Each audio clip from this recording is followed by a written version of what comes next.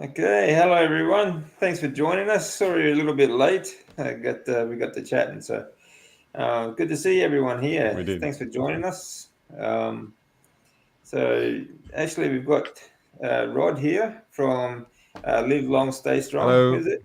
Was it Stay Strong, Live Long? That's it. That's the one. That's it. That's the one. I get these things a little bit mixed up sometimes, a little bit dyslexic, but there you go. Um, and of course, we've got the 40-year carnivore, Rick. I think everyone should know Rick. I think he's one of the legends of the carnivore community, and certainly uh, one of the comedians as well. Unintentional. Unintentional. Well, we get a kick out of talking to you anyway, so it's all good. Um, all right, so well, let's kick off and just talk about what's going on. I guess, Rod, you've got two channels going. Have you done much with the Carnivore channel recently? I was just saying to you off air. So I had a slight break 3 or 4 weeks since my last. Well, actually, I posted a community post a couple of days ago to say that I'm still around and I haven't disappeared, but I've just taken a break because I've got another channel and I've got 4 kids and a full-time job. When I first started the channel, I didn't have full-time work, so I'm just juggling all of those things together, and also just thinking about what I want to do with the channel, because I originally started just talking about carnivore, and and then I've sort of added in a bit of philosophy into there as well. And I was talking to my wife about this on the weekend, about feeling like it's a bit stagnant as to what direction I'm taking. And I think the right thing for me, at least, is just to talk about what I'm curious about at the time. So I've pretty much integrated, mostly eating the carnivore way into my life, and that works for me. And I don't know that I've got a lot more to add to that, except for perhaps occasionally talk about what I eat in a day. And but there's other things that I'm interested in as well. So I think that's sort of the way forward for me, is just to talk about what I'm curious about rather than sort of getting stuck on always talking about the one thing. At least that's what's works Yeah, works I for me. agree. Yeah. I mean, there's only so much you can talk about your food in there. Like, this is what I eat today. It's like Yeah, do a that's what I daily feel like. vlog Yeah, of the same food. especially the way I eat. I tend to eat ground beef and eggs a lot. And some days that's just I just like things simple. I'm like Lily Kane, like things really simple, straightforward, fast. I just and I that's food that I enjoy, and it's just super boring. So I've already spoken about that. I've created a couple of recipes about it, but that's really all I can say. Yeah, yeah, I get that. Yeah, yeah. So it's kind of I know some people sort of, I don't know, they love to just to keep on talking about the same what they eat all day and what they keep doing and on carnivore and how they feel and that sort of stuff. But I think, like, you're right, it gets a bit boring, doesn't it, when you're just thinking, oh, I'm having ground beef and eggs again, and you're doing that every day, you know. So, Yeah, what about personally, you? it's not boring to eat, but I Oh don't know. yeah, that's right. Yeah, Yeah, that's yeah, yeah. I don't know how much more you can say. yeah, that's right. Not much more you can say about it, is there? So yeah, I think it's good, like incorporate more things, like just I suppose it sort of shows people a bit more about yourself as well. Like, just show the things that you're interested in, Mm, and yeah, like you're saying, philosophy and other things too. I mean, no one is just one thing. No one has just one view on one topic. That would be completely, boring for anyone. So, yeah. you know, how about you, Rick? What have you been doing recently? Usual. I'm always trying to find a way to survive between the jobs that I do and then stuff I'm trying to do for myself. There's never a moment when I'm not busy. Although I did sort of do a little experiment that was kind of an answer to a couple of my friends. I tried adding fruit to my diet. I lasted 3 days, had a total digestive disaster, and gave up. So it just told me I got to stay away from the fruit. Yeah, fair enough. Yeah. I mean, it's good to test yourself, though. I think we Yeah, all should do. it's like you said, if you do the same thing over and over again, yeah, you kind of get used to it. But once in a while, I like to make a couple of changes. And, people challenge me. I said, look, as long as it's a whole food, and I was just eating bananas that I got from my front yard. So I know that there's no glyphosate or anything else. But it's I try it. If I think, hey, maybe it's different, but now the result is always the same. It seems. Yeah. Actually, I was talking to Sarah Pugh recently, and just listening to some of her other talks about like our circadian rhythm, where we live on the equator, and things like that. As to how much or how many carbs we can actually consume. Like if you're in a tropical climate, like you're in Florida, um, you can get away with eating more carbs. It's like again, like you said, like if it's locally like grown in your yard, you can go out and pick it, that sort of thing, like on a seasonal thing in summer. Like you're going into summer now, so it's a perfect time for you to eat, a little bit of fruit, carbs, and things Mm-hmm. like that. Yeah. And it's certainly not going to be so detrimental because you can actually, especially when it's so hot, you're sweating a lot, so you're going to get rid of any kind of deuterium that carbohydrates have. Right. Um, Well, so I think I it's a think big what difference. it is though, I think in my case I'm kind of sensitive to fructose. That's why I can't eat the ripe bananas. The ripe bananas always give me trouble. But if I eat Yeah, the plantains or the burro bananas when they're green, I cook them in beef tallow and they actually don't have a bad effect on me. In fact, sometimes they actually help me get more work done. If I mix it, I have them with my chicken or with my iguana. They do help, but the ripe ones, it's like I was telling a friend of mine, they just don't agree with me, and I'm beginning to think that I'm just too sensitive to fructose. yeah, could be. I mean, you haven't had you basically. I mean, I think you probably had the minimalist amount there to any other human since you were a teenager. So Yeah, um, yeah, I'd say so. and it's true because they do say that. I mean, obviously, our body produces glucose on a regular basis just to survive. So if I Yeah, was to eat a high glucose fruit like a plantain, it's I guess my body can deal with it. But when it comes to anything that's sweet, like anything the nasty fruits like apples or the real sweet oranges or whatever, they don't agree with me. I can eat the sour oranges and I can use lemons to marinate meat. It doesn't bother me. But it seems like the more sweet, the more fruity it is, the worse it is. The yeah, absolute worst fruit for me is grapes. I cannot eat grapes because they make me feel really sick. yeah, yeah. And they're super sweet, aren't they? So Yes. yeah, especially like store bought sort of stuff. But Hmm. yeah, yeah, that makes sense. I suppose like the green bananas would be higher in deuterium, but like you said, you cook them, so that would sort of get rid of a lot of that too. Yeah, I And plus, usually cook them with beef yeah, tallow. yeah. Plus, you live in a hot climate, so that would get rid of the deuterium from your body as well. Certainly Hmm. help. Yeah, Right. that's a really cool thing. Actually, I was just talking to Sarah about that stuff. Yeah, cold therapy, heat therapy, even red light therapy, sweating, movement just gets rid of deuterium from your body. And, just another, yet more proof that carbohydrates are just not good for us, because they are higher in deuterium, Hmm. which, blocks cycles like the Krebs cycle. Right. Uh, you got a question here, mate. How did you come to be carnivore 40 years ago before it Well, was a thing that I know of? well, my story's been out there several times, but the main thing I can say is that I just was very upset and I wanted to basically I didn't want to go to high school. I thought back then everything was low fat and avoid the meat and the tallow and the lard and all that. So I just rebelled. I said I'm just going to eat the worst thing I can possibly eat. And since I like meat anyway, I just refused to eat the vegetables. I I didn't see the purpose. I thought, you know what, I'll just eat all the meat. I'll end up getting sick and then I won't have to worry about going to school, but uh the results were just the opposite. That's correct. That was so funny actually. There's a good actually. Me and Rick had an interview a little while ago, so you guys can check that out if you want to hear Rick's full story. It's really interesting and it's very funny too. But yeah, to just eat meat because he thought it was going to give him a heart attack, so he could stay home from school. But it ended up, it was quite a blessing, really, wasn't it? Because you actually did so much better in school after just going to a meat diet. Yeah, my grade point average went from C to A.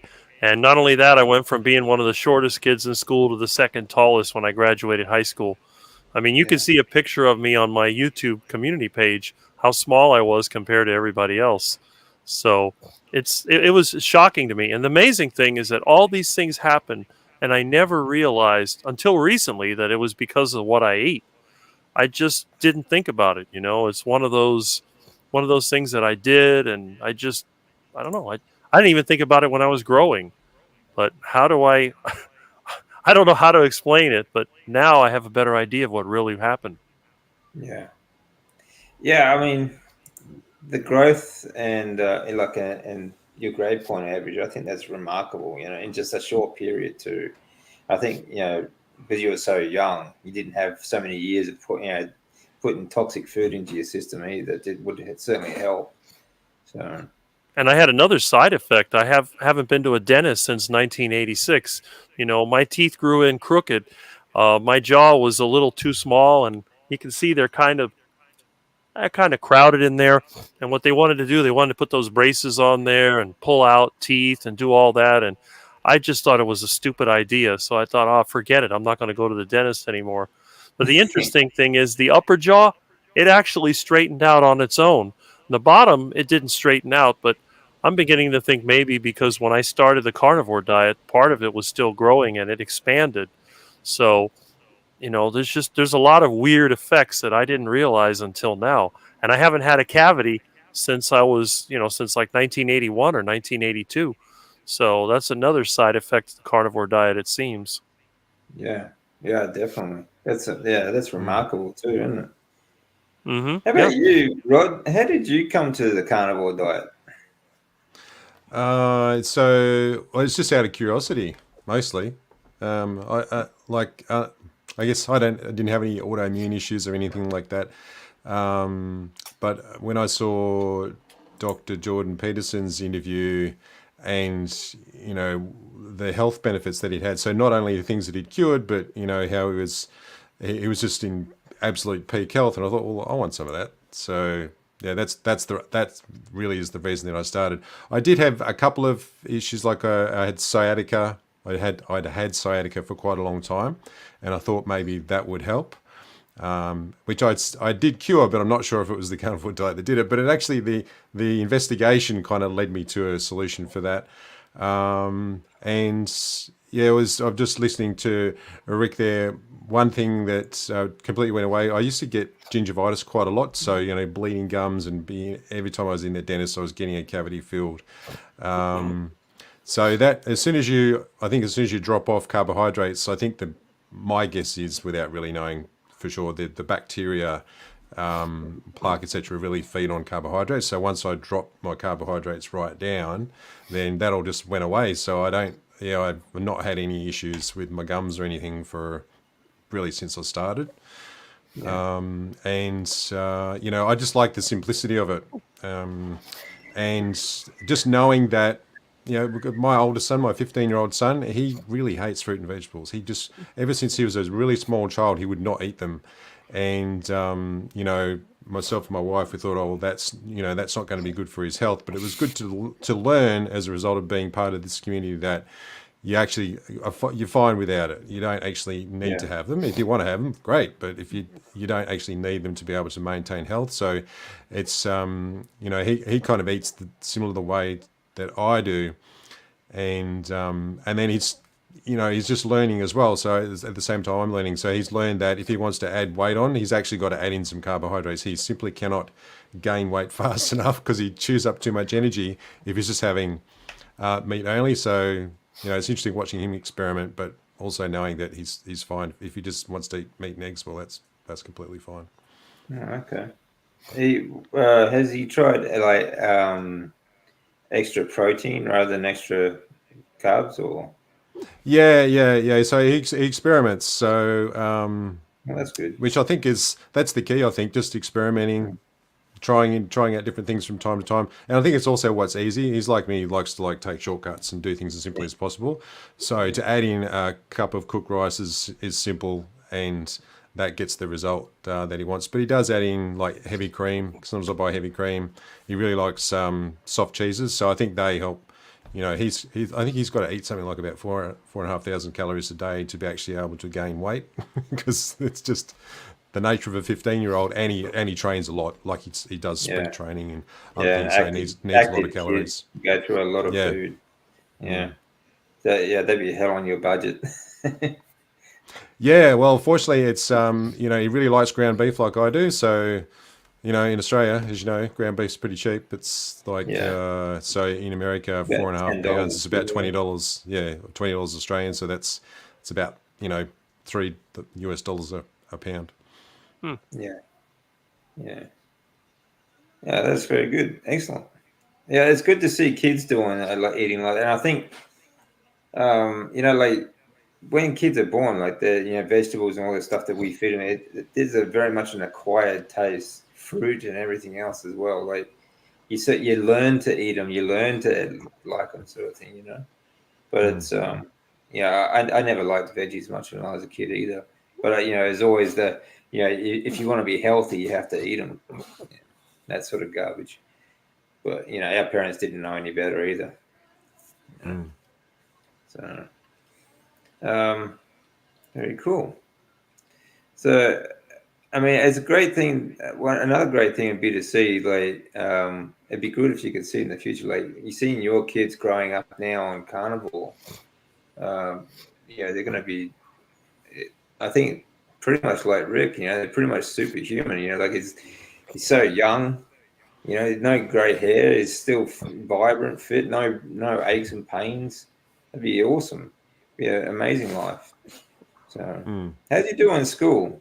I'm kind of curious about that now because after Rick's story, how's his schoolwork going? It's just an average student. He's way more interested in sports and athletics.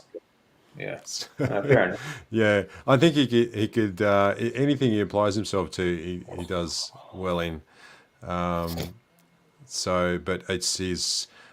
I think he's been able to leverage diet with his training. So it would be interesting to see how he goes this year, because the athletics cycle is going to start like in a couple of months, I think, where they start actually having competitions. So he's been, you know, training, and he's switched his diet. You know, when I started like almost a year ago, it would be very interesting to see how well he actually does with that. I'm expecting that he'll kill it for sure. Yeah, oh, that's cool. Yeah. All right, cool. So we were talking about before, like it gets a bit boring just talking about carnival and stuff. So let's talk about what other interests do you guys have? I know Rick, you have a varied sort of life, like existence. I I love the self resilience that you have. I mean, you're probably the only urban hunter that you know in our in the West, I would say. Oh yeah. Well, you know, there's those delicious iguanas and ducks out there, so why would I pass them up? Plus, I even have wild chickens. Once in a while, I get a couple of those, and they're pretty tasty. So it seems like a waste not to go after them. Yeah, I suppose you put it that way. It does seem like a bit of a waste, doesn't it? You're Yep. surrounded by wildlife. Why not, take advantage of it? Yeah, But especially the iguanas that nobody likes them. They're always tearing up the yard, digging holes, and people are like, "I got to get rid of those stupid things." I said, "Don't worry, I'll bring my crossbow. I'll get some of them." I've come home sometimes with 10 iguanas. In fact, I made a video one time. I had a bunch of them in the kitchen sink that I was cooking up, and they can be really good. I mean, depending on where you get them from, they can taste awesome. yeah, I might give that a try sometime. Like sometimes I go out to my dad's place. They have we don't have iguanas in Australia, but we do have goannas, a large lizard. Mm, Last time I was a little while ago, one of them must have eaten a cane toad, and it died in the front yard. There's, there's holes all over the place because they dig into the ground. They sort of live under the ground. mm-hmm. But this one, he must have died by eating a cane toad, and he was about 5 foot long. He was, as tall as me lengthwise. So they get quite big. You know. Get That's a lot of good. meat on them. Yeah. Yeah, I mean, it's like down here. I mean, they have alligators, but that's more of a hunting thing. Got to get a license for that. But the iguanas, they're considered to be invasive. You can kill them anywhere that they're at. And my yard was taken over though then because I like to grow fruits and vegetables for my friends. I had papayas and bananas. They were eating all my papayas. They were eating my bananas. So I started killing them. And I killed one. I thought, well, it looks like I could probably eat this thing. And that was probably 10, 15 years ago. And I cooked it for the first time, and it was actually quite good. It was somewhere between fish and chicken. And ever since then, I've had a taste for iguana, and it's really good. Same thing with the ducks. The ducks are more friendly to me. I like to feed them, and they're fun to hang out with. But once in a while, you get one that's aggressive and destructive. And I remember I killed one a long time ago that was basically attacking the ducklings. And I thought, well, what would it be like to eat him? And it turned out that he tasted as good as a steak. It was so delicious. I go, wow, I can't believe these things are all over the place and nobody's cooking them up. But yeah, the wildlife, it can be very good. Plus, it's free range. So you know that it's not confined. It's not being fed a bunch of corn and soy. I mean, who knows what they're eating? I know they eat just about anything. But they do eat a lot of bugs, and bugs are good for birds, I mean, they eat seeds, but they also eat bugs. I even have a roach farm that I feed to my ducks every now and then. Yeah, I saw one of those roaches must have got in there. Was it last week? Yep. Yeah. Yeah, Oh you yeah, told me. I have roaches. I had one time I was doing an interview and a roach just crawled up on the table and I grabbed it and I took it, threw it to the ducks. I've had them come out of the drain in the kitchen. I made a video on that too. I think I was cooking heart attack chicken and then a roach came up. I picked it out of the kitchen sink and I took it outside, threw it to the ducks, and they snapped it up in a second.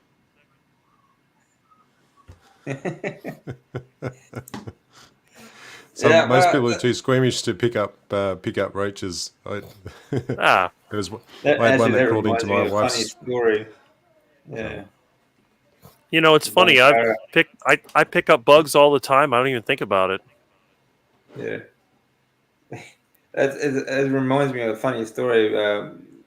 Not long after we first came back to Australia, my wife picked up this bug from the floor where we were staying, and she picked it up. So look, I found a beetle. It's the first time she'd seen one, right?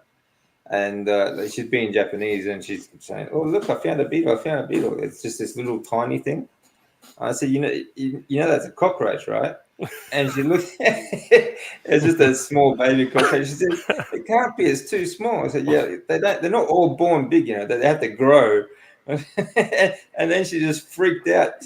The cockroach. She was fine when she thought it was a beetle, but when she found out the cockroach, she freaked out. She started screaming, running around, gotta scrub the hand.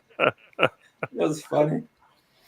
But Well, we have those that's tiny little German cockroaches. You get these small ones. You get the big ones that come from outside, the big sort of dark brown ones, and then you got those little. They always just seem like really nasty. Those little German ones that they're like, ugh, I can't. Don't mind the big ones. I'll catch them and throw them back outside. But the German ones, Yeah, the they little spoil. German ones I've never had in the house, but the big ones, they fly around. They'll fly right in. Oh, yeah.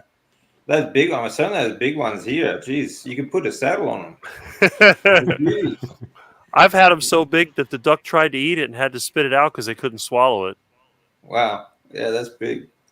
Yeah, that's another thing I like. I mean, it's really useful to have a bug farm like you've got because you're feeding them to I mean, you give them the birds, the ducks, and everything. And even the iguanas would eat them too. Their natural food. So you're pretty much just a good self-reliance, a little farm, like micro farm, basically. Yeah, and it's a good use for all the milk crates that I have because those milk contain. I mean, not milk crates, the egg crates. The egg crates that I have, they're just like cardboard, and you stack them together in a box. You put some food in there, and the roaches they breed like crazy. And then you just take it outside and open it up and let the ducks have fun with it, and they just wipe out all the roaches. That's good. Yeah. Mm-hmm. Yeah, I mean that's. I mean, a lot of people need to be more self-reliant like that too. They need to be able to source their own food, grow their food, or whatever you want to do. But I mean, I just think that's really cool. You make your own fuel and stuff too, yeah. Yes, I make diesel out of plastic, and I also burn used vegetable oil in my truck when it was running. when it's running. Wow. Yeah. So that's really cool. So your expenses would be fairly low then, wouldn't it? Your living expenses. Oh, my living expenses are lower. My biggest expense is actually property tax. I spend more on that than I do all my other living expenses combined. I can Yeah. live on $500 a month with my living expenses between the meat and the things that I buy because I don't have to buy fuel. I make a lot of my own electricity. So when we get a hurricane and the power's off, I'm the only one that lives normal. I can keep my freezers going, I can keep my lights on, the air conditioner running. There's just a lot of options that I have because I can do so many things. So you keep. You have a generator for your electricity, or is it? Yeah. Yeah, I have a generator. It's a wood gas generator. You basically take tree branches, demolition debris, whatever it is that you can burn, put it in a container, and it heats it up, makes it into a gas, which is basically a combination of hydrogen, carbon monoxide, and who knows what other gases are in there, methane probably, and then it just burns in the engine. So Yeah. I've done that for Wow. years. I had a truck that used to run on wood from about 1995 to 2008 when it finally just fell apart from rust. Wow. Ha- Truck that ran on wood. Yeah, it's called wood So gas. You can look it up.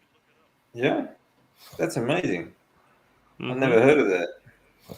How fact, about I you, Rod? started I started Sorry. on YouTube in 2007 I had two channels. One of them got removed because I got into a battle with these energy scammers, all these people with their free energy scams, and basically it turned into disaster. This channel got most of the videos deleted. There's still a couple of them on there from back then, but yeah, I've been doing this for a long time. Oh, okay. I didn't know that. How about you, Rod? Do you live in Sydney? Do you have a yard or anything like that, or you live in an apartment? No, I personally live in an apartment, but my wife and I, we live in separate houses, which is a whole other story. But Okay. so she actually has a backyard. So when we're there, I get to have a bit of a backyard. She actually used to live in Nowra, so she had a larger property there. Yeah. So that I actually miss being in the nature because I grew up in the bush, as you know. But I'm fortunate I've still got a very large area of parkland right near where I live here.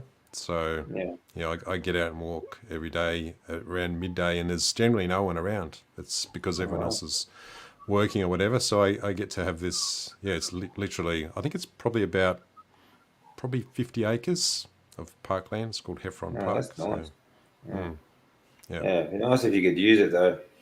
It's from. I think like even if you do have land here in Australia, you have to have all sorts of different permits and whatnot to actually do stuff on it. You actually build Mm. stuff and use it for like things like Rick does. So it's a real mess here. But like my old man, they've got like 7.5 acres out in the countryside, that 4 hours from Brisbane. But it's a really nice land. There's not a lot of topsoil out there, and they don't really do anything with it. They just cut the grass. Basically, they got 7.5 acre lawn. Basically, it's crazy to me. I mean, I've started like over the years. I've been planting trees and growing fruit trees and things like that out there when I get out there. Um, but other than that, they just want a lawn, which to me is nuts. I'd like to put some cows or something on there, but you have to be out Mm. there to do it. So Yeah, or yeah, goats or sheep. Yeah. yeah, just any sort of ruminant animals, that would be good for. I don't see the point in having grass unless you're going to feed an animal with it. But there you go. I mean, I like growing trees though. Even the little yard, like I'm just in an apartment, but it's a ground floor with a little courtyard sort of thing. So Hmm. even that, I've planted a few trees in there, they're growing quite well. So I've got like mangoes, avocados, and passion fruits and that sort of stuff growing. I don't eat the stuff, but I still like the trees. Hmm. So Yeah, Mm. my yard, I got rid of the lawn years ago. I turned it into a forest. So it's a suburban neighborhood. All the houses look almost the same, but mine looks like an empty lot. From the ground and the air, it looks like an empty lot. And I like it because like I was outside cutting up a junk car today and people drive by, they don't see me. I'm not baking in the sun. The weather here is really bad, and my house, it doesn't have any insulation. So if it wasn't for the trees, my air conditioner would run so much that I'd run out of fuel in no time. But with all the shade, it's just so inexpensive to air condition it. Even if I run the power bill would only be $90 a month, and that's in the summer. And then when I'm running the generator, I may only pay the minimum, which is $30 a month. So it makes everything really cheap. Yeah, that's cool. Yeah, people don't realize like how cooling the shade of a tree is. You know, like even if you are like if you put up a shed, and even if you're in the shade of a shed, like it's still really hot. Yeah, the shade under a tree is very different. You know, and That's you a know if you yeah. A building will absorb the heat because the infrared heat that comes from the sun. I mean, it goes right through glass, and yeah, it'll heat up any structure, whether it's wood or concrete or whatever. But a tree basically is absorbing a lot of that energy in its photosynthesis process. And yeah, also, leaves are green, which is the perfect color to be able to absorb energy, but at the same time, not reflect it back. If you have a roof that's white, it's going to reflect the heat, but you're still going to get infrared coming through. But with plants, they don't get hot. I mean, if you go in the grass, if the grass is green, no matter how hot the sun is, the grass is never hot. And that's the beauty of plants because at the same time, they're evaporating water. And if you think about it, a lot of the commercial air conditioning systems, they use evaporating water as a way of keeping the condenser cooler. I mean, other than blowing air. And a tree does that automatically. It doesn't require anything except solar energy. You could be 15 degrees cooler under the tree than it is out in the sun. yeah, yeah, Mm. absolutely, yeah. Yeah, And I mean, plants are amazing for some things, aren't they? oh, they're incredible. Yeah. Yeah. Not for eating, but yeah, everything else, yeah, they're good. Well, our Um, food eats plants, so that's important. that's right. Yeah, yeah, they're important for our food. Yeah. So yeah, everything has its purpose, and it's like Chafee says this a lot too. Trying to live as naturally as possible in this very unnatural sort of world, but when you think about the processes, everything that grows on this planet is solar powered, basically, including us. Most of our energy actually comes from sound and light. It's only about I think like 30 to 40% actually comes from our food, really, because you can do. I mean, that's why, when you're going through fasting and you still have a lot of energy, you can go out and do things while you're fasting. You're getting that energy basically from, it's all stimulant from the sun, we are just as much solar powered as anything else. Um, it's really interesting, how light affects us, how heat and temperature, like temperature affects us, how sound affects us,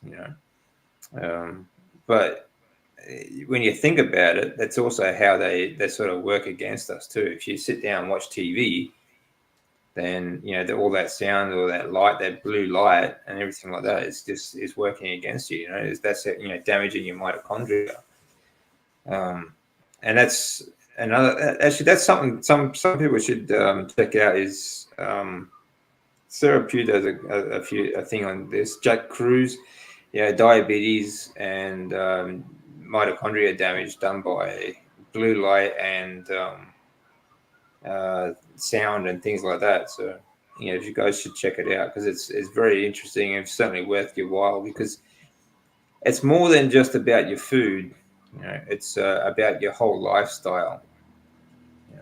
And trying to live Mm. like, you know, back in the days, like a lot of it is that our body clock is basically controlled by the sun. You know, our organs have a body clock as well, liver and everything. Like when to produce more cholesterol, when to produce more hormones. Like when you wake up in the morning, you see the sunrise, your body sort of kicks into gear and say, okay, this is when I need more hormones production. And as you go through the day, as the light changes, you get lunchtime and afternoon and evening light. I think it's like you get your hormones will change to sort of slow you down a bit to get ready to go to sleep. So, and like I know some of the best times I like the best health that we were some of the best feelings I've had is when we didn't have any electricity. You know, when it got dark, we slept. When it was light, we woke up, and that was actually some of the really good feeling not having electricity. Um, Mm. but you can't live like that in today's society. You know, Well, you can't go live in a cave, can you? So well, that's like when we have a hurricane here and lose power to the whole, pretty much the whole city loses power. And but it's interesting because I do feel better when the power's off, even though I have power in my own home. So yeah, maybe it's just because the power grid is down and there's no EMF coming here. The little generator that I have, all this is an old house, so all the wires are in steel conduit. So I've used an EMF meter that is very low in this house. Plus, I have a lot of neighbors that have wireless internet, which I don't have. Everything I have is wired. So yeah, that may be part of it as well. I sleep really well, but the few times that I've been out of town and I've had to go in a hotel or motel, I have a very difficult time sleeping. So there's probably something to that. yeah, yeah. I think so. Wi-Fi is yeah, it's very. I know it's very handy, it's very useful, and things like that. But it also affects the way our body clock sort of works, and the way a lot of people sleep, a lot of people's hormone production, and like I said, it throws things like that, sound and light waves and things like that. That all affects your body clock. And when your body clock's off, it's damaging your mitochondria. Yeah. Well, Mm. it's like all my friends, everybody I know has a cell phone. I use this as a Yeah. camera. This is my Yeah. phone, Mm. Yeah, wired. exactly. Yeah. Yeah, I'm the same, Rick. Like I honestly, I only, this is the only cell phone I have. Um, but again, it's just a camera because I don't have a connection to a network or anything like that. And the only reason I bought that was so I could fake doing those like check-ins, those QR things a couple of years back. So that was it. Mm-hmm. Um, but other than that, and I certainly try not to keep a phone up to my head. I don't really like talking on the phone to people. So, but Yeah. I have a landline. That's it. I don't have a landline anymore. I got rid of that because it was too expensive. I use voice over IP, but it's a wired internet, and I have analog adapters. I have rotary phones. Believe it or not, people laugh at me. I have a payphone in the front yard. The kids come over here. That my friends of mine. Oh, here, make a phone call on Rick's phone. I don't know how to use that phone. It's just funny every time you hand them a rotary phone, they get frustrated. Then finally they'll have to go to their regular phone and look it up on YouTube or something or Google, figure out how to use it. Yeah, it's an that's education. Yep. yeah, In fact, that's I really made a sad. YouTube video years ago about how to use a payphone because my friends were saying, "Well, how do you do it?" So, before I started the carnivore videos, you can see it's one how to use a payphone. I think is my most popular video at the time.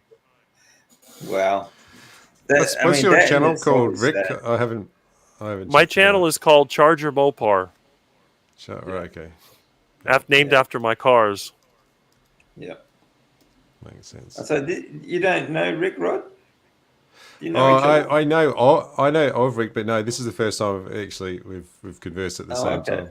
Oh, okay. Yeah. I thought you must have known each other because they're both carnivores. But yeah, Rick is probably I think he's probably one of the most popular carnivores out in the community. I'd say I don't know should be about anyway. popular. I think I'm one of the least. Well, I mean, I'm known, but I'm probably the least. I don't know how to describe it. The least conversed with, or I mean, I've been on a lot of interviews, but I'm not the popular carnivore. Let's put it that way, because I'm not Oh, one of the. I'm not one of the doctors. I'm not one of the guys that has the great physique. I'm not a guy that's rich. I'm the poor man that's been carnivore for years because I wanted to get a heart attack, and that's not what the carnivore community is all about. Yeah, that's true. Yeah, Well, most people are just trying keep to being your, avoid one. just keep being yourself, Rick, and your day will come. Uh, Yeah, for sure. Yeah. the main thing is by now I'm old enough. I've been doing this for so long. It's my lifestyle. It's one of those things I couldn't change. I know a lot of people you see they do carnivore videos and then they have problems and they cheat and they have issues and they have all these things they have to do and for me it's like ah it doesn't matter because even when I try to eat non carnivore foods, it never ends well. I mean, look, I was eating natural fruit from my own yard and I still had a problem. Can you imagine if I was eating duck food like everybody else? All that nasty stuff that comes in bags and boxes, the stuff that I walk by when I go to the grocery store. I can't even imagine somebody eating that crap. I didn't even know what a Twinkie or Ding Dong was until a few years ago because I thought that was a joke. I thought, is that really food? And you walk through the store and it's just box after box and can after can. You pick it up and there's a bunch of ingredients. I even looked one time in the store, they had plantain chips, which is one of the few non carnivore foods I eat. I picked up the bag. It said, I don't know how many things on it, some kind of oil and some kind of MSG. I'm like, what? You got to be kidding me. And those things were more expensive than meat. So I'm thinking, why would I pay $5 for a bag of these stupid chips when I could go down to the meat section, get the meat when it's on sale for $1.99 a pound, and be super satisfied with ground meat. To Yeah. me, it just didn't make sense. When I was taking care of my mom and she gave me these long shopping lists, I used to get so frustrated. I told my mom, what is all this? Oh, you don't know where that is? I said, Mom, when I go to the grocery store, I always go to the back of the store. I go to where the cooler is because that's where the meat is. I don't know anything else about the store. I didn't even know what a nectarine was. And that's a type of fruit. It's a type of peach. So what is a nectarine? And then these different types of bread. One was called challah, and the other one was flatbread. I'm like, I don't understand it. To me, it just seems strange.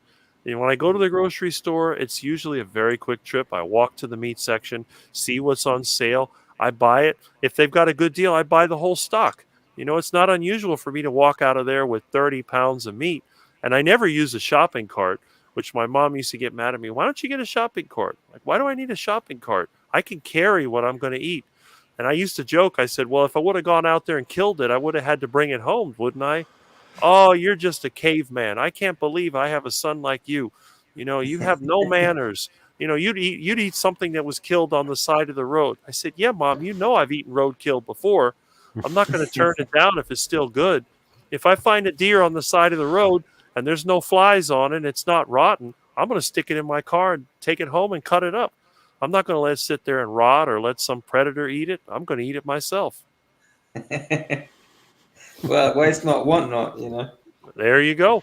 And the meat's usually good. So, I mean, I can look at it. If I see bugs in it, I'm not going to take it. But if Yeah. it's a fresh kill, I'm going to grab it. Yeah. And you're going to cook it anyway. So, I'm going to cook it anyway. yeah. So, that's all good. Yeah. And like I said, like that's a great way to be too, especially like now. I think being reliant is a good thing. Like whenever there's tough times, and there are always tough times, and things that are coming probably this year that a lot of people will sort of scramble to. You can avoid things like panic buying, because you're so self reliant. You don't need to go to the store or anything. You got food all around you. You got everything you need. I think it's a good way Hey, to be. remember when we had the virus and everybody was buying toilet paper? And I told a friend of mine, I don't have to worry because I don't use toilet paper. So why would I buy it? I don't use paper towels and I don't use toilet paper. I use soap and water and I have washcloths. If I got to wash my hands, I'll dry them off with a washcloth. If I have to use the bathroom, I'll use soap and water. And I always keep those little washcloths that I can use and then wash them later. So why would I go through rolls of toilet paper? It's ridiculous. That's environmentally friendly too. You don't have to cut down so many trees. That's But a tip for you if you run out of toilet paper. you know, for out of the whole neighborhood, I'm the only one that doesn't even throw out garbage. I've gone months without throwing out garbage. Most of the time when you see my garbage can full of trash, it's because I clean somebody else's house out. I do a lot of these clean outs when people move out or they get foreclosed or whatever. And that's where I make videos. This so-called food that people have in their kitchen. Instead of throwing it in the garbage, I throw it out there for the ducks or I compost it. And I do a lot of composting. The soil here is really bad. It's nothing but rock and sand. It's garbage. But in my yard, first of all, is like 12 inches higher than everybody else's. And then on top of that, it's black soil. When you dig into it, it looks like some beautiful garden or whatever. And everybody I know says, "Where did you get this dirt from?" I said, "I made it myself. Out of Mm. all the tree clippings and all the leftovers and whatever, the bones or whatever that I don't eat, they all get thrown out there. All the leaves and everything, I take a lawnmower and grind it up, put water on it, and it all turns to compost." And I've been doing Yeah. it for years. When I had a lawn, it was just some grass and it never really did much. It was maybe a few inches of dirt. Now it's this forest that's full of plants, and I've got papayas and bananas, and I got tomatoes, and I got mangoes and avocados and all kinds of stuff growing like crazy. And I used to have so many bugs here years ago when I lived here as a kid. Every time we'd plant something in the yard, the bugs would eat it. But now there's no bugs because there's ducks all over the place. So every Yeah. time the bugs they try to eat the plants, the ducks come. Plus I have the little lizards too. And there's insects in the ground, but they don't seem to eat the plants like they used to. There's just too many birds flying around. These insects don't have a chance. So Yeah. That's it's good. almost like a little ecosystem. Yeah. Oh, it is. Absolutely is. People don't understand that either, too. Like, you can make your own soil, like from composting and that, and that's what cows do. Like cows and that. They're composting machines. A They cow is a compost. solar powered composter. Yeah. Exactly. But you can also do it yourself too if you don't have cows, like you're saying. Well, Like, when I was a kid, we used to have cow pastures around here. And you know what people used to do when they trimmed their bushes and stuff like that? People had cattle. They had these, what they call Florida cattle. They have long horns on them, but they're smaller than regular cows. They eat anything. And I mean anything. And they also had goats. And all the hedge clippings and the grass and everything, they'd throw it over the fence, and the goats and the cattle would eat it. And it would come out the other end and it was just turned into compost. And that pasture was amazing because it had green grass even in the dry season. When all the yards were dying and people were putting water on it, this pasture was green. And I always was amazed by that. I think a lot of it is because there was so much bacteria and fungi.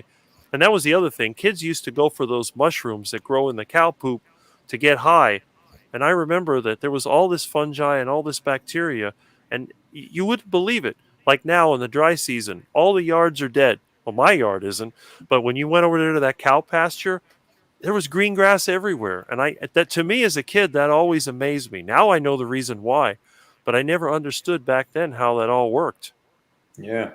Yeah, that's right. I mean, if you go have a look at if you like drive out to my folks' place, like it's all countryside, so for hours on end, and you can see the cattle farms, like the cattle stations, are still green because they got so many animals on there. But the crop farms, they're always dry. Mm-hmm. There's a big Yeah. difference. My wife's grandmother, she did a lot of gardening too before she died, and now my wife's father, keeps it going. Actually, they just live like a very suburban house in Japan, just a small front yard and a little backyard. But they are always composting this, so they very rarely throw anything out. Everything goes into the soil, and they've got the richest soil. They grow lots of fruit and vegetables that they like to eat, and it's all year round. Even in Japan, where it snows a lot through winter, they still manage to grow quite a few things. A persimmon tree and things like that. But Mm-hmm. their soil is so rich, because they've been doing it for I don't know a long time. At least, I mean, I've known them, 20 years now. They were doing it for a long time before that. Her grandmother just loves gardening, and it's Mm-hmm. just a great way to build soil yourself. Put as much mulch in there as you can, compost it, and it's a good thing to do. Mm-hmm. Mm. It's amazing. I have friends that are vegans, and a couple of them have yards, and they never really were able to successfully garden. And I always used to tease them. I said, you go to the store, you buy all these vegetables, and then you throw out so much waste. And you open the garbage can. I was fixing her refrigerator one time, and I opened the can. It was terrible. It had this nasty odor. And when I was in the kitchen, I'm thinking, what is that nasty smell? It's terrible. And I went to throw out some plastic from a part that I bought, and the smell almost knocked me out. I said, how can you live with this? I said, oh, I got to take out the garbage. They put all this plant material into a plastic bag, and then they tie it up, and then it has that anaerobic fermentation going in there, and it stinks so bad. And then sometimes it makes this juice that runs out onto the floor, and it's just filthy, nasty. Then you have these garbage trucks coming, squeezing the garbage, the juice running out. You get behind a garbage truck, and it stinks. And in my yard, it's just a few meat scraps that the ducks eat. And if I do have any plant waste, I throw it right back outside, and then it all gets ground up. And when the soil is the way it is, you don't get that fermentation. Can you imagine how much methane is being released by all these garbage trucks and landfills and everything? They're complaining about the cows putting out methane. They're probably releasing more than that with just the food system they have. That's one of the experiments I want to do and see exactly how much methane a vegan or vegetarian produces versus a carnivore, because I have a feeling that they're doing more of it. Like I said, you drive behind any garbage truck and you smell that, and you know that that fermentation is going on in there. It's worse than being in a cow pasture. Oh yeah, I mean that reminds me of before I moved here to the coast.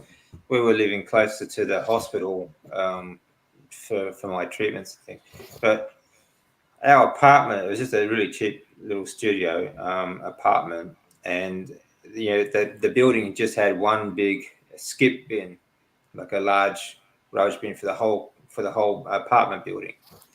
And like that was just it was just rancid. Like the food that some people eat, it stank so bad.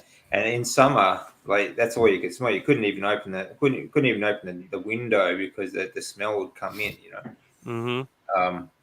But it's just, I mean, some people, like sometimes you walk downstairs, you couldn't even get close to the carport where, like, because it was basically at the beginning of the garage. So even walking through the garage to get to your car, it just the putrid smell would just make you sick. It was horrible. But that's just, people eat the most disgusting food. Mm-hmm. Yeah, and the thing is, you on garbage day around here, you can smell all the garbage. And my can, even when I throw out stuff that I've cleaned out of houses, normally anything organic goes into the compost. And I don't use the compost pile like some people do. My vegan friend, she struggled with a compost barrel and all that. I just compost directly on the ground.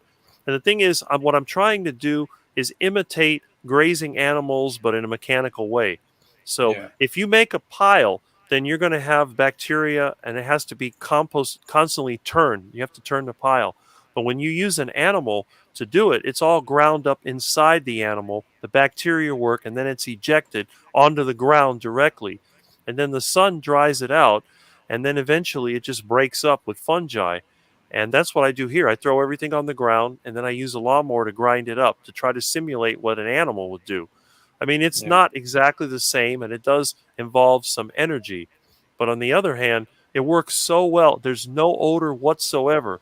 And this is what amazes my friends. They bring over their nasty vegetable waste and dump it on the ground. They come back a couple days later. It's like, I don't smell anything. I said, you're not going to smell anything. In fact, I even use animal waste. I have friends that have dogs and cats, and they were throwing this stuff away. The worst thing is, they were taking their dog waste, putting it in plastic bags, and then putting it into the garbage can. And one of my friends, she bought one of these stupid composters called a Lomi composter. It's like a bread machine, and you put the junk in it, and then it dries it out. And I tried to explain to her, do you know how much energy you're wasting with this stupid thing? How many kilowatts in a year? And I calculated it up, and it was more than like a big air conditioner. And she says, oh, I didn't know that. And then you're throwing it in the garbage anyway. So I said, just bring it to my yard, throw it on the ground. Oh, what if you're not there? I said, I don't care. Just take it out of all the plastic bags, throw it on the ground. And then what I did, I set up a gasifier out of an old IBC tank. I have like two of them. And I tell them, bring your dog poop, bring your cat poop, bring all the waste over, grass clippings, whatever, and I throw it in there, and I make something called biogas. And the biogas ferments in this IBC tote, which is a square tank. It goes into an inner tube, and then I put weight on it, and it's piped right into my kitchen. I have an old natural gas stove, so it produces cooking gas. So all the gas that I cook with, it comes from poop and grass. Yeah, that's Wow, awesome. Yeah. So I that's mean, incredible self-sufficiency. yeah, that's amazing. Like especially like as you said, you just live in a suburb, Hmm. so being so self-sufficient like that is pretty rare in a suburb. But it shows Yeah. you can do it. You know. Well, you can't do it here because stupid code enforcement and all that, they have rules against it. But the way I get around it is through camouflage. I tell everybody when you fight a war, one of your best assets is camouflage. If they can't see what you're doing and they don't smell anything, they won't bother you. You can't see anything in my yard. It looks like a forest from the land or air, and there are no bad smells. Like I said, my neighbors are the ones that are always torturing me with the bad smell between the garbage cans, which are filthy, and then the laundry room.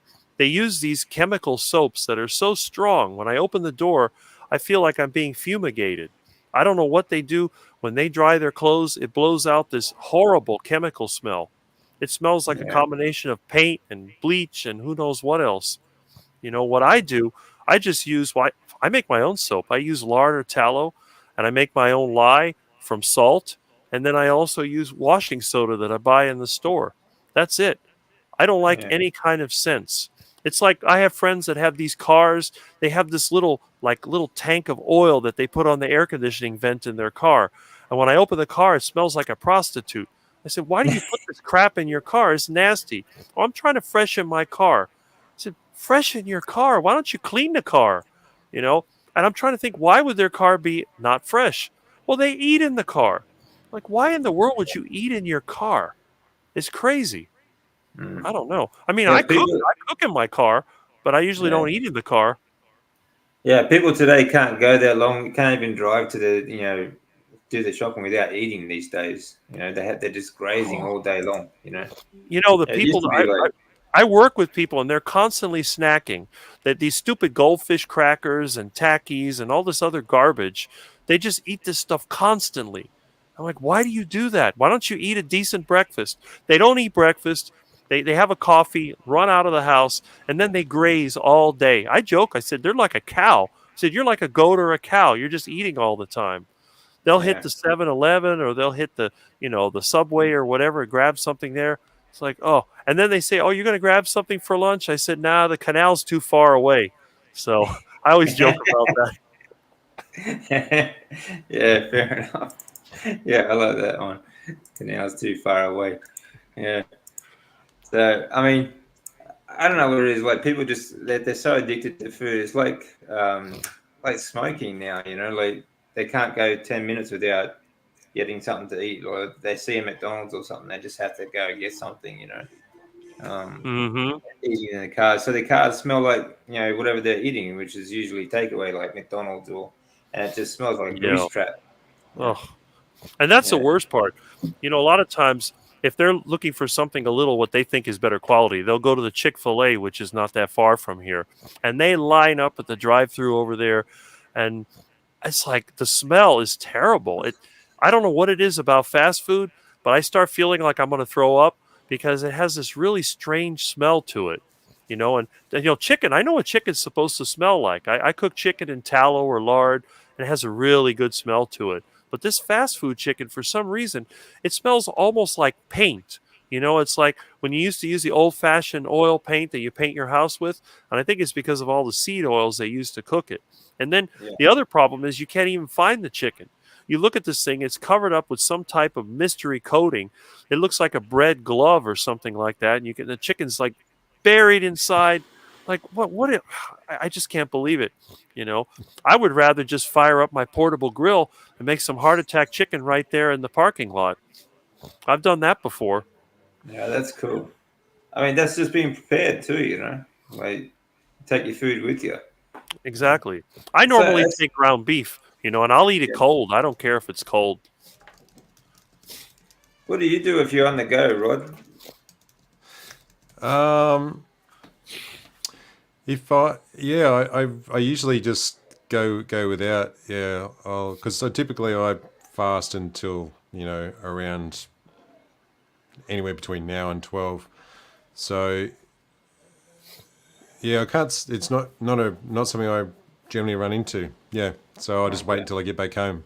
Yeah, I guess because Yeah. I work from home and I'm not out much. Yeah. Mm-hmm. I do the same. I don't. I mean, I don't. I know it's kind of a big thing. Like a lot of carnivores, they go like they'll stop by McDonald's and just buy the meat patties and stuff like that. That to me just seems being. I mean, you can prepare a little bit better than that. Just take your food with you, like Rick does. Yeah, or Um, I'll hit the grocery store, and then I can cook it yeah, up right there. That's all. yeah, a lot healthier choice, I think. Just take a cooker with you and go to the grocery store, something Yeah, like that. or And it's cook certainly, it on the engine. I cook it on the yeah, engine sometimes. yeah. Yeah, that's a good way to do it too. I got a Yeah. video on that. Rick, yeah. Rick will cook, like if he's got to go somewhere, he'll wrap it up in foil, put it on the engine block, and then he'll sort of drive it. He'll drive somewhere, and it'll be cooked by the time he gets there. That's right, cooked to perfection. That's clever. It's his timer. It's a Well, cooking timer. my vehicles have rust holes in them, so you could smell when it's cooking. And I cook by smell, even in the house. I know exactly when it's ready. I never burn my food, and I have a really good sense of timing. Even if I'm working outside, like today, I was making heart attack chicken, and I was cooking. I couldn't smell it outside, but I knew I came in, and then I smelled it. And I went back, and at the right moment I came in, the chicken was ready. It was delicious. So yeah, I had someone tell me one time that my car smelled like meat. I was at my truck. Oh, your truck smells like a steak. I said, yeah, because there's one cooking on the engine. Like, what? He was shocked. I said, oh, you want some? He's like, no, I don't want that. It's cooking on the engine. It's going to be all full of oil. I said, well, don't worry. My truck runs on seed oils, so you got nothing to worry about. I was like, what's the seed? What's the seed oil? Oh, vegetable oil. Because they eat all Yeah. that fast food. That's a good point too. Most people don't even know what seed oils are. They just know everything as vegetable oils. Mm-hmm. Um, yeah. So, and a lot of them don't even know that either, that they're vegetable oils. But whatever. Mm-hmm. Yeah. But I agree. Like, I think be prepared. Take food with you, or like you said, like Grocery store. just go to a grocery store. They're always around. Just as many of them as there are McDonald's and the rest of them. And Um, for the cost of McDonald's is so expensive, just buy yourself one of those propane grills. You can pick one of yeah. those for less than $100. You get those little screw-in propane cartridges, and if you're cheap like me, you reuse them. What I do, I take like a big barbecue tank, and then I have a little adapter, and I'll fill that little tank with propane, and I'll keep it in my truck. And then if I don't feel like cooking on the engine, or if I want to make heart attack food, I'll take some lard or tallow with me in a container and just put it into a pot, fire up that grill, and I can have delicious fried food faster. Well, I mean, not faster than fast food, but by the time they wait in line and they have to eat that crap and struggle with the order and then pay for all that money, I mean, they spend sometimes $20 on fast food. I could have a much better meal for 1/4 of the cost and delicious. Yeah, I mean, a camping grill, like a camping stove, like they cost about $20. You go to a There you hardware go. store, and just we've got one. I think that's something everyone should have, like a camping stove. Whether you take it with you to cook or whatnot, but we have it always ready because after the earthquake, when you had no electricity, anything like that, you had nothing to cook on. So it's something you need to. I think everyone should have just in case. Um, I've cooked in the back of my truck on a charcoal grill. I've had people say, "Oh, you can't cook here, you can't cook there." I just cook right in the truck. They what are they going to do? If they don't have a grill in the park, I'll just cook right there. That one time they called the cops, but there was nothing they could do. So, am I doing anything illegal? No, you're not. They just thought that something was on fire. I said, I got a grill in my truck. They actually sell tailgate grills that people use when they go to football games and stuff like that. It yeah, that's plugs a right big in the thing, I ditch. think, isn't it? Yeah, exactly. Yeah, So there's no excuse to have to eat fast food. You could Yeah. cook wherever you want. I think it's just a lot of people, especially the younger guys that I know, they are afraid of the kitchen. I think the kitchen is the most scary thing to them because they don't want to try to cook anything. They think they're going to mess it up. I said, how hard is it to cook a steak? I can cook burgers faster than you could ever imagine. Yeah, yeah, I agree. Yeah, I keep I don't say this a lot, but I do like to tell people that you should be prepared, have like some sort of preparation going at home, like food stores and like camping equipment or hunting equipment, even like just fishing equipment, so you can get your own food and cook it, and like for any kind of emergency. Because I mean, there's always a possibility. Um, Mm-hmm. and sometimes even just the power might go out for some reason. You don't know what reason it might go out, and you'll be surprised just how much just a few very cheap items will help you out. Like a Mm-hmm.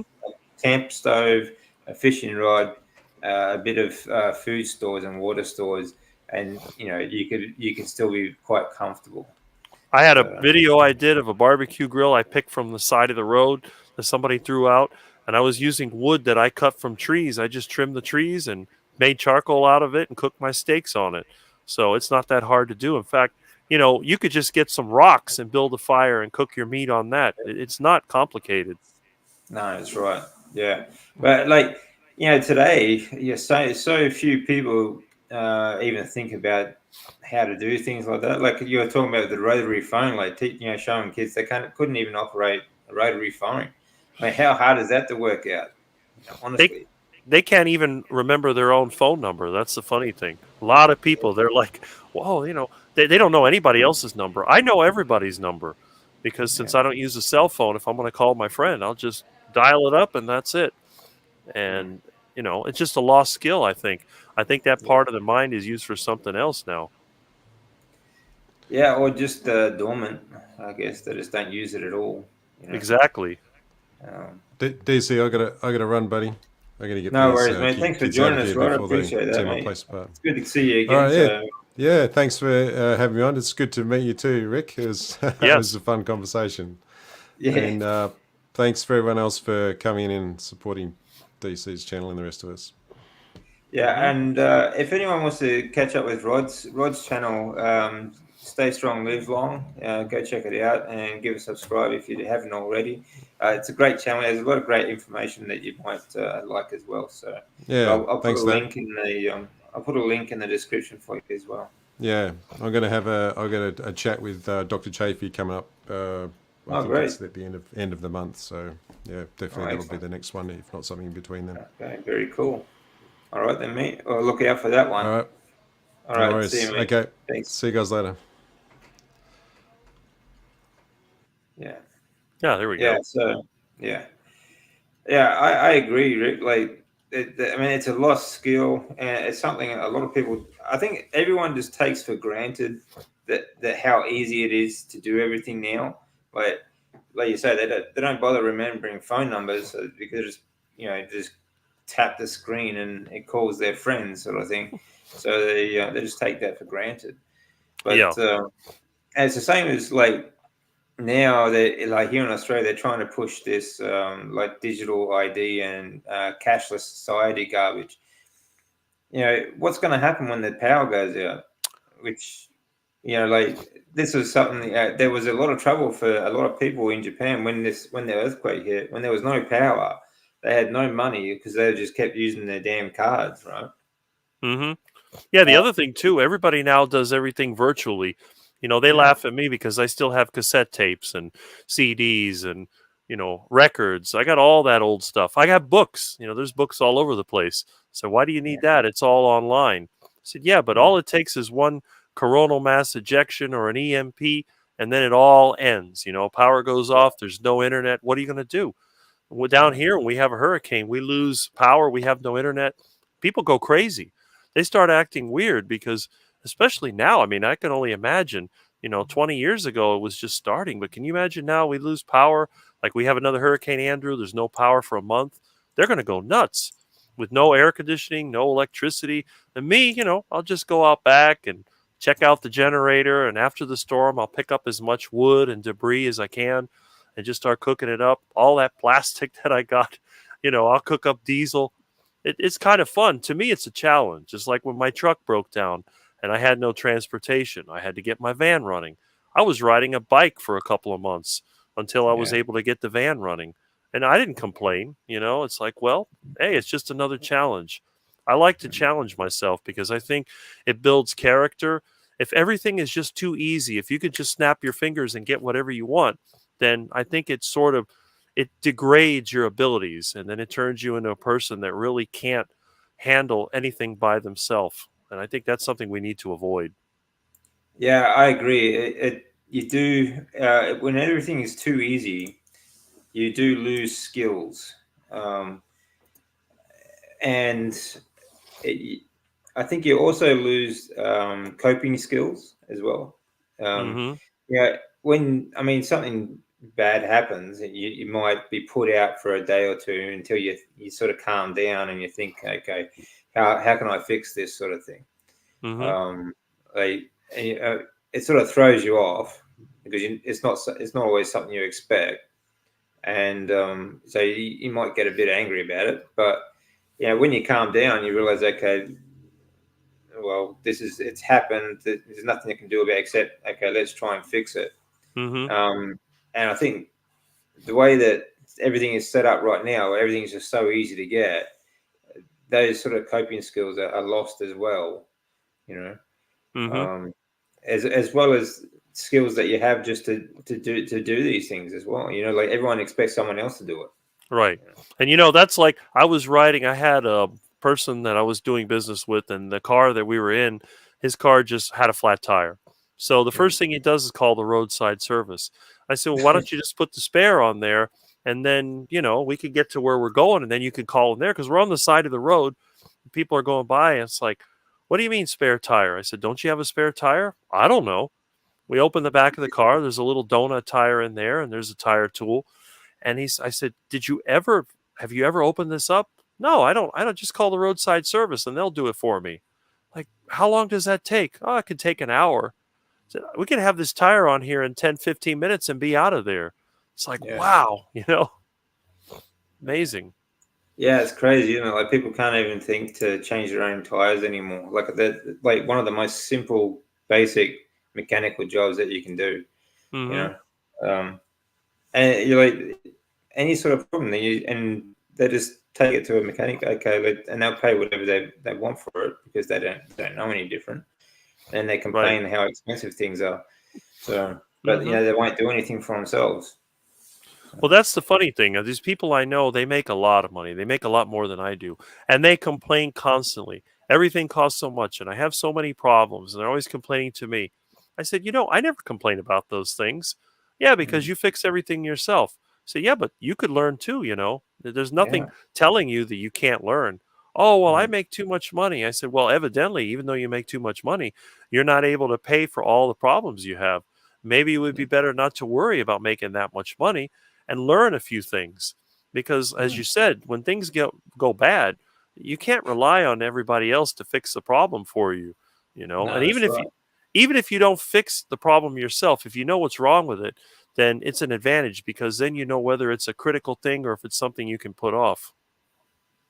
Yeah, yeah, that's right.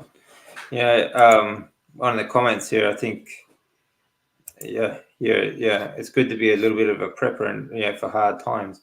Hmm. Part of preparing, being a prepper, is having skills and learning how to do things for yourself as well. you know And Speaking of the being healthy. comments, yeah, speaking of the comments, you see the comment from Michigan Hay. This guy, his name Ray Moses. He does regenerative farming, and he raises cattle. Oh, He does cool. things the old-fashioned way. You should check out his channel if you get a chance, because you Yeah, can well, learn a lot from it. I mean, this guy he's knowledgeable. So cool. I'm really impressed with what he can do. That there's still people like that out there. There's not a lot of them, but we still exist. Yeah. Was that called Michigan Hay? Yes. Okay, I'll check that out. Yeah, but like that's the thing. Like being a part of being a prepper is also about being healthy and having skills to stay that way. Um, Mm-hmm. there we go. Michigan, hey, Mm-hmm.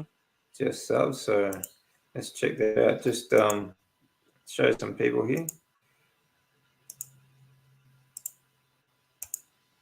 Here's a channel for you all to check out. Rick recommends, Mm-hmm. and maybe learn some stuff from. This is another thing people don't understand too is farmers. Okay, can teach you a lot because Mm-hmm. they, like yourself, they do most things themselves. You have to be a jack of all trades to be a farmer. You have to Mm-hmm. be able to repair machinery, build fences, look after animals, and you have to stay healthy to do all that. Right. You know, so And you can see, these farmers that do a lot of things, some of them are in pretty good shape. I mean, you see Maggie oh, the really? rancher that's real popular, that she's Yeah, been eating carnivore diet. And yeah, yeah, there's definitely a resourcefulness there. My mom always used to joke with me, said that I should have grown up on a farm because I think the same way that the farmers do. But I think that's a mindset that can really work for you. yeah, absolutely. Yeah, because I mean, you grow up learning to be more self-sufficient, more self-reliant. You're more confident in your abilities as you grow as an adult too. Hmm. So I think that's another thing too. People just don't have the confidence to learn new skills these days. Right. And they just think, oh, something's wrong with the car, or they panic. Think, Well, that's it. Ever since I've been young, I've always been a little on the poor side. And even when I had money, when I had a business that made good money, it just seemed wrong to me to have something I didn't understand. I didn't want to have any kind of technology or vehicle or whatever that I didn't understand. So yeah, even if I had the money to pay somebody else to fix it, I'd like to know how it worked and what was wrong yeah, with it. And I think that also helps with your mind because when you depend on other people and you become a dependent, you're a lot easier to control when you know how things work and you have a better idea of what's going on. I think it really helps you. Even if things aren't going exactly the way you want them to, you say, well, I've done this before and I have an idea what's going to happen. And it makes your stress go down. And I think in many ways you feel more satisfied. Even if you're poor, if you're able to make things happen, I think that you can be pretty rich when it comes to the emotional side, because I know people that have money and some of them are really dysfunctional. Let's put it that way. They yeah, get upset all the time, and everything is a problem. But yeah. being able to be self-sufficient really makes a difference. Yeah, so that's the thing too. Like, if you don't have those skills, everything does look like a big problem. You know, even small problems in our imagination, they always look bigger than they really are. You know, Right. and I think one of the comments there, Carrie was saying, growing up poor makes you more resilient as well. I agree. We were very poor. Something like a lot of the time we just didn't have food in the house, or we didn't even have a house sometimes. Yeah. Um, but you tend to try and find ways to get by without the money. And I think necessity builds, or innovation comes from necessity. So Hmm. you're more innovative if you grow up a bit poorer. So you tend not to look at them as such big problems when you can fix it yourself. And Right. the way I look at it now too is, why pay someone else to do something you can do yourself? Hmm. Um, and the only time I sort of get anyone else to do it is if it might be cheaper for them to do it than yourself. Rather, like if you don't have the tools, or you don't have the parts that you need, sometimes it may Hmm. work out cheaper for them to do it. But other than that, if you can do it yourself, why would you pay someone else to do it? Hmm. Yeah, It's that's right. I mean, it doesn't make sense.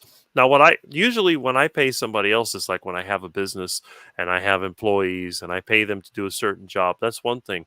But for my own personal life, I tend to just like doing things myself. The other thing is when I do it myself, it's generally a better quality and what somebody Yeah. else would do because they don't put the detail into it that I would. Yeah, exactly right too. Because I mean, when you're paying someone else to do it, they're paid by the job basically, or by the hour, and they just need to get it in and out as quick as possible, sort of thing. But when you do it yourself, you want it to be the best it can be, especially like if you're working on your home or your car or anything like that. You need it to be safe, and you want it to have a certain quality, or at least you want it to last, because you don't want to do it Hmm. again, you know.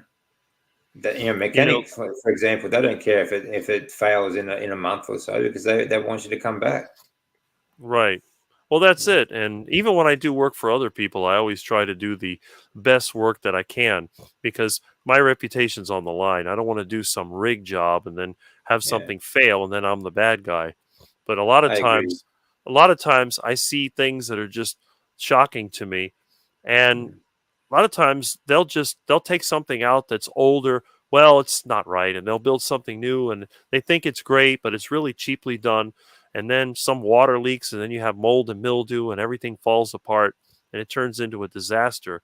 But Yeah, I don't know. In my case, I'd rather build something that will last. It may not be the prettiest thing in the world, but it's going to be more durable, and it's going to serve the purpose better. yeah, I agree. Whenever you do a job, you're putting your name on that job, you know. Hmm. So I think you should do it to the best of your ability, and Right. otherwise, you're degrading your name. Right. That's what I think. So That's right. unfortunately, not a lot of people think like that. So Well, that's true. That's why the world is in the mess that it's in. Everything yeah, is for short term profit. And a lot of it, as I've said for years, comes from the monetary system. It's debt based. And the idea is to get the quickest return, the shortest amount of time, and then move on to something else. And you just create problem after problem. That's why when yeah, you go to the dump, there's so much stuff thrown out, bunch of furniture and clothing and just a lot of stuff that people didn't want. They buy it on an impulse, it doesn't serve the purpose or it breaks and then they throw it away and they get something else. It's just a yeah, constant churning, constantly, got to get the latest phone, got to get the latest car, get this and that. And nobody yeah. really cares about if it Yeah, lasts. no, that's right. And like you were saying with the materials too, the materials get cheaper and cheaper because they get worse and worse. Because I mean, the factories do the same thing. They just want the cheapest product, for like the highest sort of turnout sort of rate, and it goes the same for everything. And talking to like saying everything is debt based is so true. Like especially like the biggest example, you look at the last few years, and governments around the world spent like trillions of dollars, basically, from around the world perspective, Mm-hmm. all going straight to pharmaceuticals. And you Mm-hmm. think, this is all taxpayer dollars, because this keeps, health systems like we have here in Australia, like Medicare, for example. That is another tool to keep the country in debt. How do you enslave a people? You keep their country in debt. So Mm-hmm. you're tax slaves. You're forever paying off this tax debt, and this tax debt will keep on growing because you've got unhealthy people, eating junk food, like this processed junk food, which will need medications, which will need taxpayer subsidies, which means more health debt for the country, along with everything else like foreign aid and everything else that they do. But that's just one of the tools. Being unhealthy is one of the tools that they use to keep you in, like, the country in debt. Um, people don't even think about that stuff, but Mm-hmm. that's just the way. That's one of their tools to sort of keep us in line. So this is Mm-hmm. why, another reason why you need to be healthy is why, to get off medications. Yeah, Mm-hmm. Well, that's it. See, I'm lucky. I've never been on any medications. And when, like, what was his name was talking about his sciatica and his back trouble. It's like I've never had back trouble, and I'm a tall guy. I'm 6'6". All the tall guys have back trouble. I don't. yeah, I've never had any chronic pain. I haven't had. Every time I see people talk about they've gone on the carnivore diet to basically cure all these problems. I go, wow, I didn't know that a human being could have that many health issues, the digestive problems, the so-called brain fog. I have no idea what that stuff is. And it's like, wow, can a person really be that sick? And how could a person live like that day after day after day, and then going to the doctor and then getting some chemical concoction, which doesn't really solve the problem? I mean, it's crazy. And the more I look at it, I've been on so many carnivore channels, commenting and looking at these channels because it's just fascinating to me. That is it possible for a human being to have that many problems? Look at your example. Look at what you went through, Yeah. and you had to do it yourself. The medical system couldn't fix your problem. You're the No. one that had to take charge and make it happen. It's that Yeah. same self-sufficiency theory. Yeah. Yeah. It really is. I mean, um, I don't know what would have happened if I didn't have any treatment, but their solution was just more and more treatment, and it certainly made things a lot more difficult, and I think worse going through treatment. So, um, yeah, that's their solution for everything, and it doesn't matter how big or how small it is. If your cholesterol is high here, take a statin. It's ridiculous. Um, Actually, here's a good comment. I said, like, the best thing about technology today is like having a library 24/7 and teachers on demand. I can learn from anything I want now. That is very true. That is probably the best thing about technology, like the internet. You can learn very easily. You can. I mean, even YouTube. Just go on YouTube and you can find any information you're really after. How to do things around the home, how to do things about your car, how to do things. Great doctors like Chafee Mm-hmm. and Pew and Bart Kay and so many people. Really, you can get so much information. It really is a fantastic tool, Mm-hmm. or it can be if in the right hands. Anyway, Yeah. um, Another thing that I've noticed that when I compare myself to other people, a lot of times when they try to work on things, they tend to get injured.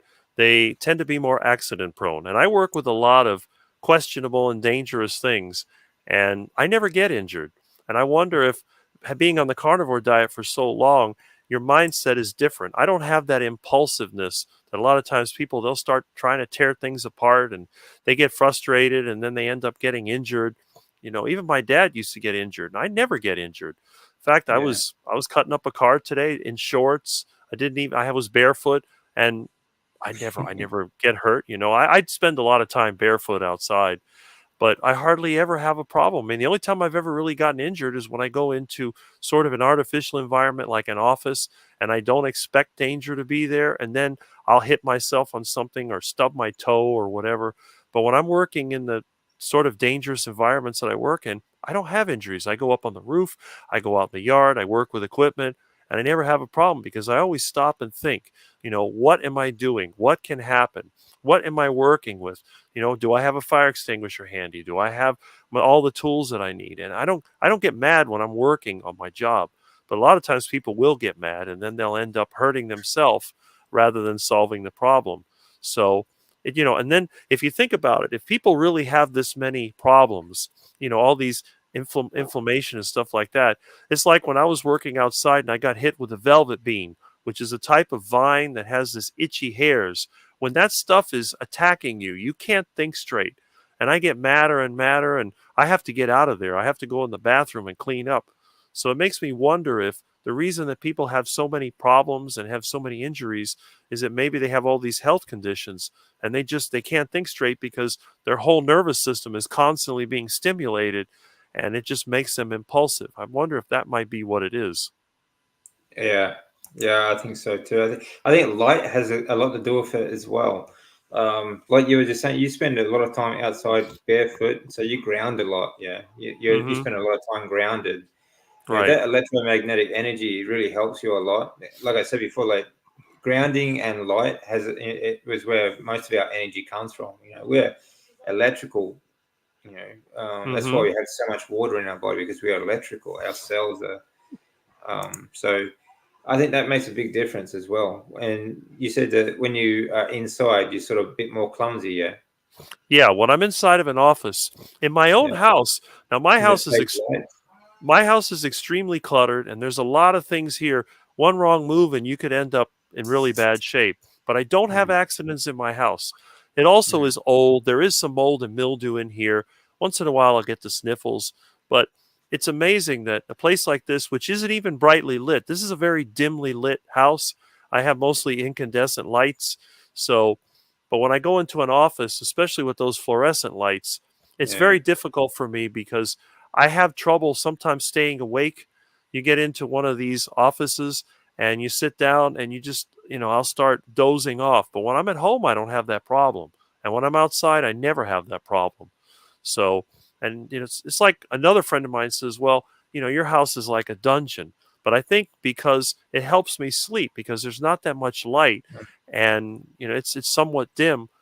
And I have windows all over. I have a really big window in the living room. I have windows all over the place. Yeah. And but a lot of these offices, they have very small windows, and a lot of the windows, they have that UV coating that's supposed to be energy efficient. I don't have that Yeah. on mine. It's just clear. In fact, a Yeah. lot of people I know have tinted windows in their cars. I don't like that. All my vehicles, I have just a regular clear glass because I don't like the tinted windows. Yeah. Yeah. Yeah, I agree. Especially like older cars as well. I don't like that so much. But like you're saying, like so you have incandescent lights, you have more natural light. Mm-hmm. It's yeah, fluoro lights and LED lights. They really affect the way the way we sort of get around, the way our hormone production, everything like that. So Hmm. I can see why you would feel different in a fluorescent office. Yeah. Yeah. But imagine working like that every day. You That's see what why I was people. thinking about. Mm, It's just I couldn't imagine having to be in those stupid cubicles. And again, I was in IT. I started a company in 1995. We were setting up networks. Now, I was doing a lot of driving around, going from place to place, and but I did spend a good amount of time indoors. And especially when you're in those server rooms, there are no windows, and you lose track of time.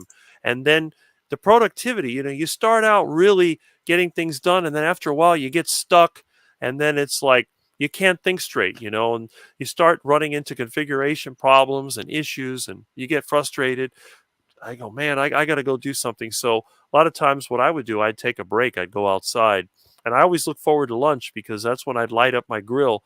I'd be out there in the parking lot of the office complex cooking up my food, and everybody's like, "What are you doing?" I said, "I'm having lunch." Well, where are you going for lunch? I'm going to my truck. Where else would I go? Oh, you don't want to go to McDonald's or, Wendy's. I'm like, why would I go there? yeah, I'm gonna cook. I got my own food in the truck.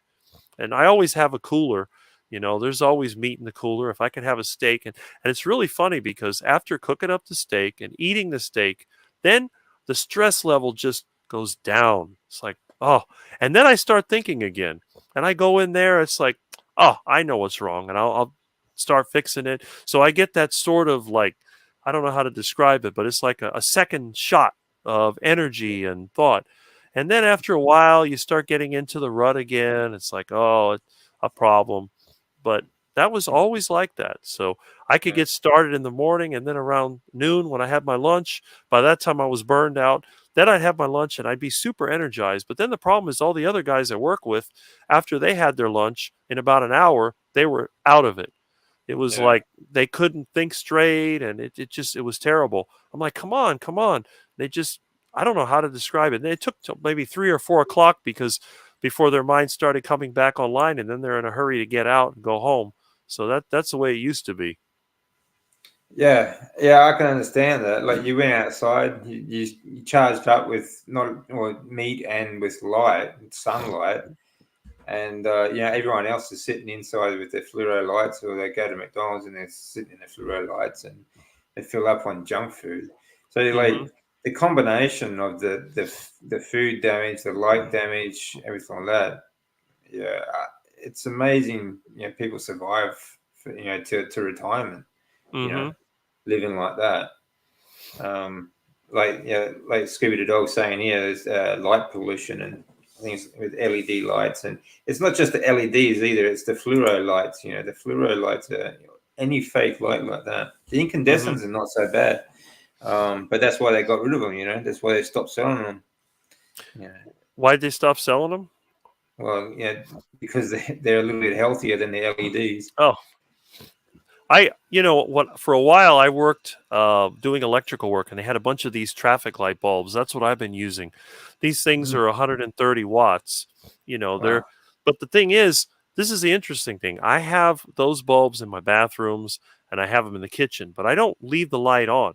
You know, the fluorescent and the LED lights, every time, especially the fluorescents, when you turn them on and off, they burn out quicker.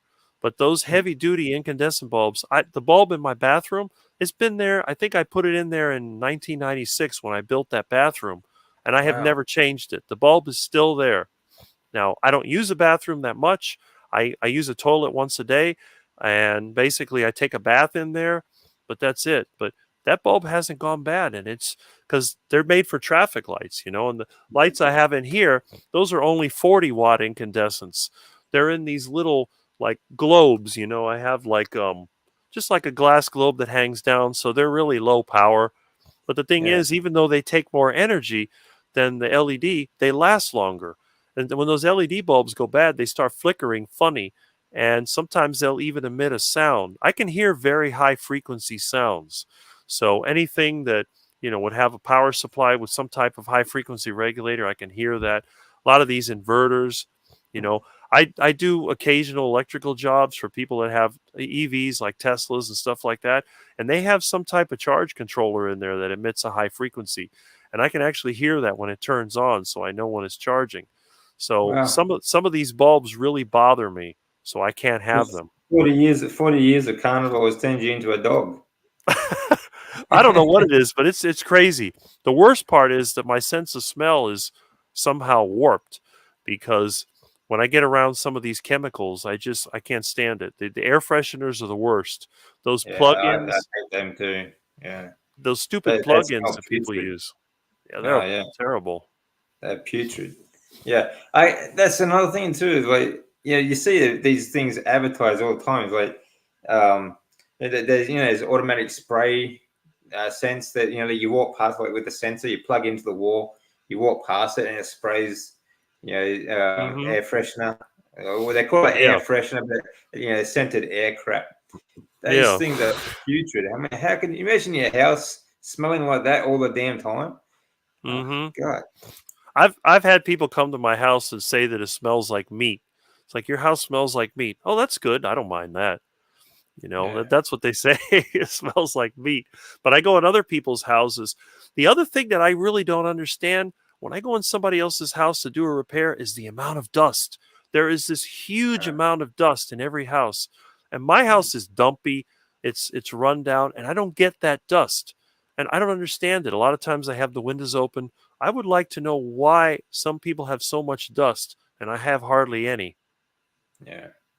Yeah. I think again, I think that's part of the lights as well. Like these new lights, they attract a lot of dust. I guess I'm Hmm. not sure, but I think it's part of it anyway. Question: Do you think mammograms are safe? Thoughts? They mash the breast and break up any tumors and spread the possible cancers. Radiation is not good either. I think sonograms are safer. Yeah, I would agree. How about you, Rick? I don't know. I don't know much about medical procedures, but I know my mom used to get that. Yeah, there's some kind of X-ray. You know, that can't be good, especially when Yeah, you're stuffing them in there and yeah. radiating them. Any sort of radiating a tumor is actually really bad for it. They do. Yep. That does actually sort of feed them and it sort of helps them spread. So Hmm. for that, I would say I agree that they're not that safe. And another thing for you to check is, um, like recently a study came out, and there's a not so much causation, but there's a correlation between high oxalate count and breast cancer. Every sufferer of breast cancer has been high in oxalates.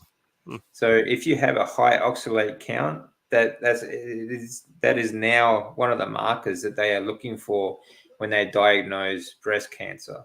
So that's another thing you could check. If I think that would be something you might check before having any sort of X-ray or test done to just to be safe on the safe side.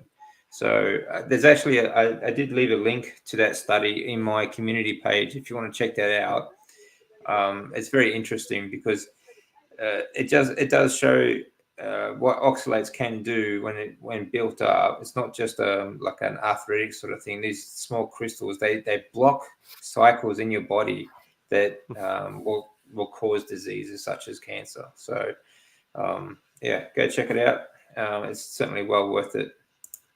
So that's something I would check anyway. If you're going to check, if you didn't want to go through those sort of scans, I would do an oxalate count check. And if you're high, then maybe refer to the test afterwards.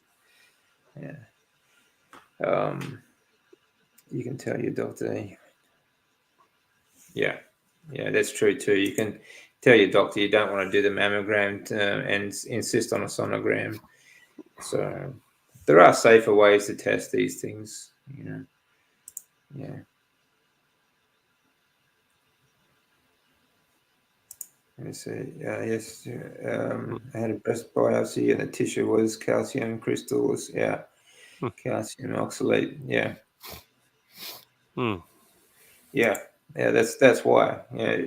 Anyone with breast cancer, they're always high in oxalates.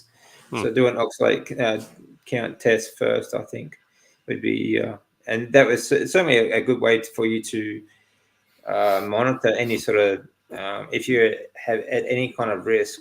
If you just do a blood test and an oxalate test, you don't have to go through those scans so much. So yeah. Thank you. It's been good so far. That's good. Annual check end of this month. Last year I had an MRI last year, but I don't know if it was safer than mammogram. Yeah, I would definitely try and err on the side of safety. Any kind of like X-ray on any kind of tumors or any sort of radiation on tumors like that they do actually use direct radiation treatment on tumors to try and shrink them, which I think like to actually radiate the tumors themselves. But I would, and I did do that when after my first round of chemo treatment. I did do that. I wouldn't do that again because more often than not they tend to spread the tumors and break them up, sort of thing. So it's not real cool. Yeah. All right. So, any other questions, guys? Been at it for like almost 2 hours, so I don't want to take up too much of Rick's time. He'd be getting late into the night over there. So we might call it a night. We'll do this again soon, though. I think Rick's always great to talk to, and like catching up with him too. In future, if you want to join the live, I always have the link up in the chat there somewhere. I've got it up there a couple of times, so you feel free to join us if you wish, and we'll call it a night. All right. That's so right.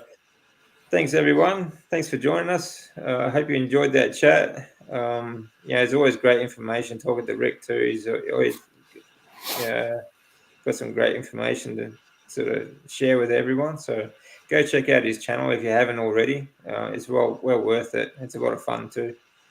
All right. Thanks, everyone. See you all soon. Bye-bye. All right.